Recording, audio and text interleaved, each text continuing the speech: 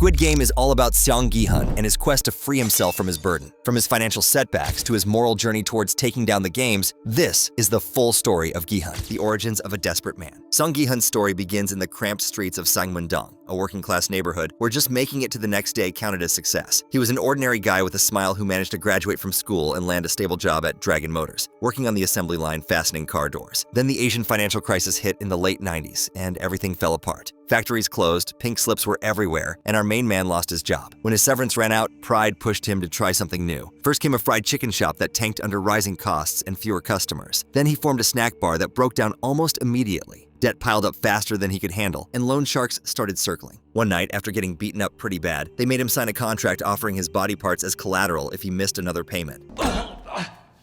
Wait a minute. Let me see. Up, come on. Let me see. Poor thing. If you don't pay it off by next month, I'll take one of your kidneys. And then, after that, I'll take one of your eyes, okay? That's it, right there. Meanwhile, all the good things in his life were slipping away. His young daughter Ga-young, his aging mother with untreated diabetes, and even his dignity were all drifting further from his reach. He was so desperate that he even gambled away birthday money meant for his kid. Entering the game, after a minor win at the horse track was stolen by Seong, a North Korean defector who pickpocketed him while he was running from angry loan sharks. The next game, Tug of War, put players on a steel platform suspended high above the ground. Gi-hun's team of weaklings, consisting of the elderly Il-nam, frail Se-byuk, and untrained Ali, faced a squad of much stronger characters. It came down to two spur of everything changed for Gi-hun. Tired and hopeless on a subway platform, he met a well-dressed stranger playing dakji. For every loss, Gi-hun got slapped across the face. For every win, he'd get 100,000 won. After dozens of painful losses, he finally won, and the man gave him a simple business card with simple symbols, telling him to call the number if he wanted to win more money. Desperation won over skepticism. Our guy called, followed the instructions, then woke up in a massive dormitory with hundreds of bunk beds and even more desperate faces. 456 players in identical green tracksuits, silent guards in pink jumpsuits, and a giant glass piggy bank hanging above them, promising billions if they survived 6 simple games. What they didn't know was that being eliminated from these games actually meant death. Games to die for. The first game was red light, green light. Within minutes, hundreds were slaughtered, their blood soaking into the playground dirt. Ali Abdul, a migrant worker as desperate for cash as anyone else, caught Gi-hun's jacket just as he stumbled, saving his life purely on instinct. In shock and trembling, our hero made it through the finish line, even if just barely.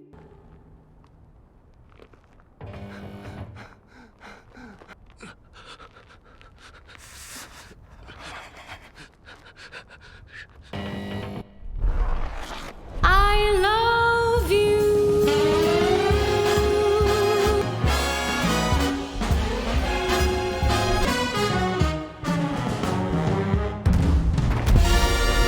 Back inside, they learned about Clause 3 of the contract. A majority vote could end the games. Horrified by the events of the first round, the players voted. The outcome came down to a single vote from player 001, the old man who Gi-hun would later call Jiganbu. He broke the tie and sent them all home. But freedom outside just meant more debts, dying mothers, and no future for his daughter. Gi-hun quickly realized that his real life was just a slower death. Almost everyone who voted to leave came back, unable to ignore the promise of riches if they won the games. Game 2 was Sugar Honeycomb. Gi-hun picked the umbrella, the toughest shape to carve out of fragile Dalgona candy. By licking the back until it thinned, he managed to snap out the delicate shape seconds before time ran out. That night, the dorm turned into chaos when guards encouraged players to kill each other to thin the competition. Our protagonist, along with Sang-woo, Se-byuk, and Il-nam, fought desperately, stacking beds and barricading themselves against the slaughter happening all around them. Do it.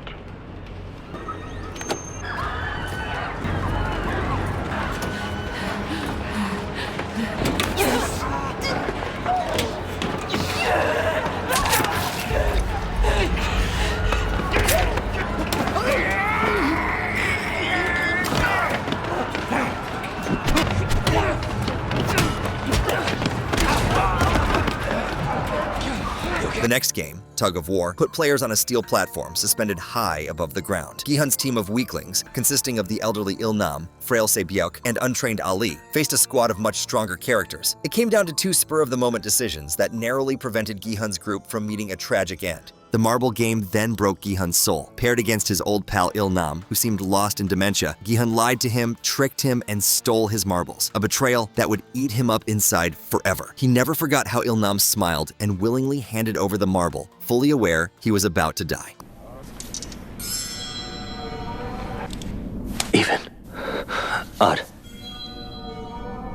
Which one did you just say? Can you repeat what you said just now?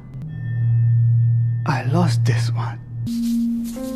We are Gambu, aren't we? Hey.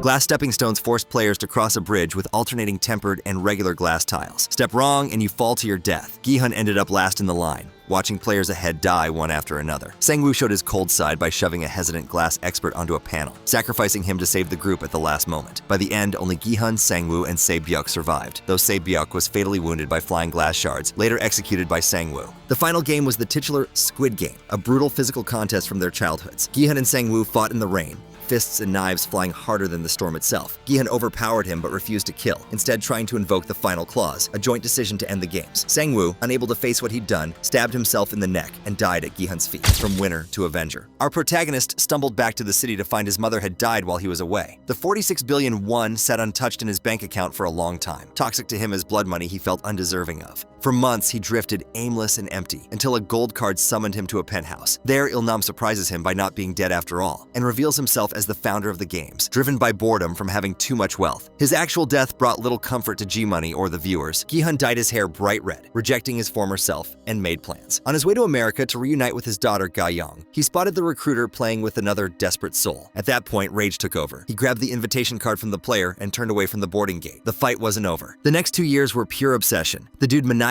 hunted down recruiters across subway platforms through the use of a private investigator. When he finally cornered the recruiter in a grim motel, a tense game of Russian roulette ended with the recruiter's corpse and a new gold card leading to another deadly tournament. After once again being knocked out, he woke up in a green tracksuit number 456 across his chest once more. Red light, green light repeated, and Gi-hun shouted callouts to help strangers survive, but the guns still roared regardless. When the vote to leave tied, player 001, also known as the Big Daddy frontman himself, tipped it toward continuing. The six-legged pentathlon chained teams through insane minigames. Survival was brutal, but even worse was Mingle, a chaotic game where failing to match numbers meant instant death. Alliances broke apart, trust vanished, betrayal was common. Thinking the guards were being stretched thin, G-Money rallied other players to revolt. They planned to storm the building and forcibly bring the games to an end, but Front Daddy crushed the rebellion in minutes, always being one step ahead. Gi-hun's last friend, Park Jung-bae, died tragically. Did you have fun playing hero? The frontman sneered, making it clear that he had orchestrated Gi-hun's success the entire time. Now our protagonist wages war on a system bigger than any single person. Every nightmare reminds him of Il-nam's betrayal, Sang-woo's suicide, and Jung-bae's blood being spilled instead of his own. Ending the Squid Game isn't a choice anymore. It's the only way forward. Things have to come to an end. But what exactly does that closing chapter look like? Let's take a glance at some of the theories about Gi-hun's successes and failures. Possible triumphs. Some theories suggest Gi-hun will survive a third season, but that victory wouldn't be about the money. His strategy has evolved dramatically since the first games. Early Gi-hun just stumbled through survival, clinging to luck and kindness. Now he understands the system. He anticipates betrayals. He knows how the games twist not just bodies, but morals too. If he wins again, it'll be deliberate. Not for the prize, but to use his position as winner to tear down the organization from the inside. Maybe he'll try to join the organization like the frontman did after his own victory, attempting to destroy it from within. Another major idea is that our main man will expose the whole operation to the world. In Season 2, the clues are stacking. Detective Junho is alive, secretly trying to make his way back to his brother. Fans think Gi-hun and Junho will team up, using some kind of secret broadcast to leak the games globally. Imagine the chaos if VIPs from powerful nations suddenly showed up unmasked on international news and the entire island was busted. Another powerful speculation centers on Gi-hun's sacrifice. His bond with Junhee, the pregnant young woman from Season 2, has much deeper meaning, according to these fans. Many theories suggest G-Money gives his life to save Junhee and her unborn child during a mass breakout, or even self-eliminating so she can win the final game. It would come full circle since Gi-hun failed his own daughter when she needed him most, but he could finally protect another future. A bittersweet ending where he dies, but the next generation survives. Of course, not every road leads to victory. Some of the strongest theories predict Gi-hun will fail to stop the Squid Game entirely. One brutal possibility is that the system is simply too massive. Front Daddy commands an army of loyal masked guards. The VIPs are likely protected by governments and offshore power structures, since nobody knows about their sinister and secretive sins. Even if Gi-hun exposes them, the machinery behind the games could just restart somewhere else.